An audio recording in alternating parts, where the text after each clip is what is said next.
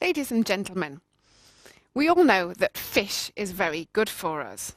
I personally also very much enjoy eating fish. Some people just eat it because they know that it's good for them. But the most important thing is that it is very good for us. It's very low in fat, so always good if you're on a diet, and is full of omega-3. Omega-3, as we know, helps to develop our brains, helps us to concentrate, and it's particularly important that young children get a lot of omega-3. I'm certainly hoping that my children are going to turn out to be very clever because they get lots and lots of fish. We eat fish at least 3 or 4 times a week in my house. We should probably eat more, or certainly on the whole people should eat more, precisely because it's so good for us. But it's also, unfortunately, extremely expensive. Fish is expensive quite simply because it's in short supply. When something is in short supply, the prices are pushed up. Now, why is it in short supply? Surely there's enough fish in the sea for us all. Well, sadly, that's not the case. There is not enough fish in the sea precisely because too much fish has been fished over the last years. And it's always big bad Brussels which is in the firing line. A lot of people blame Brussels and its fisheries policy, the Common Fisheries Policy, or the CFP, for restricting catches, for not letting fishermen catch enough fish and therefore pushing prices up.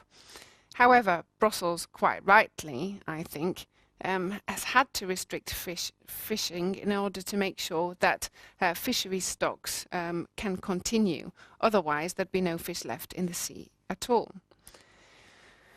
But what is the Common Fisheries Policy exactly? Well, this policy was set up originally in 1970 to manage fishing and aquaculture in the European Union.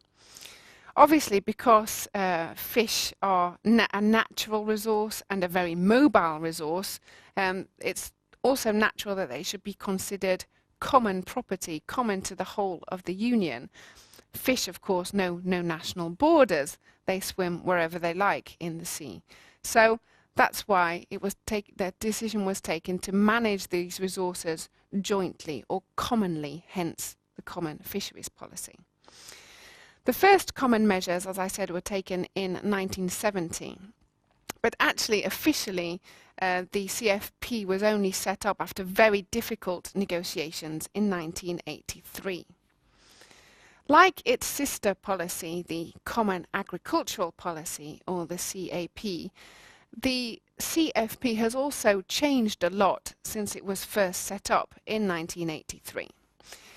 Like the CAP, the CFP has also become more interested in the bigger picture. So not just fish and fisheries resources, but also development, coastal development, so something similar to the rural development in the CAP.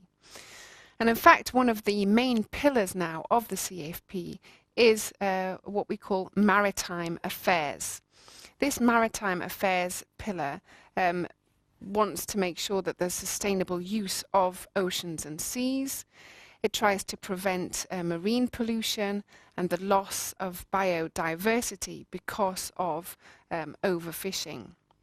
But it also wants to make sure that there's a high quality of life for coastal regions and for the people who live and work in coastal regions.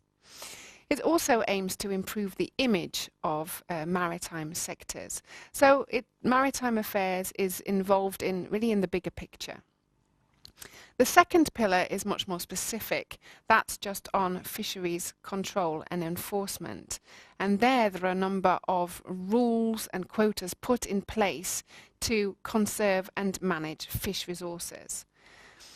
Every year, a quota is set for how much of each kind of fish can be caught. These are called the total allowable catches, or the TACs. The problem is that although rules are in place, unfortunately not everybody complies with them. And the European Commission is busy cracking down on those who don't comply with the rules. And they're doing this in several ways. First of all, they want to ensure that all the imports that we get into the EU are legal. 60% of the fish that we consume is actually imported from abroad. And they are now setting up a certification system to prove that the fish that are brought into the EU are legal. And of course, inspections will have to take place as well to make sure that people are complying with that certification system. So that's the first thing. The second thing they want to do is to set up blacklists of vessels, so ships and fishermen who are involved in illegal catches. So if they're caught out, they will be blacklisted. They will also blacklist any countries who offer flags of non-compliance to those fishing vessels. So first thing, certification. Second, blacklists. The third thing they're going to do is to give more powers to member states to impose sanctions on our own national vessels who are caught fishing illegally.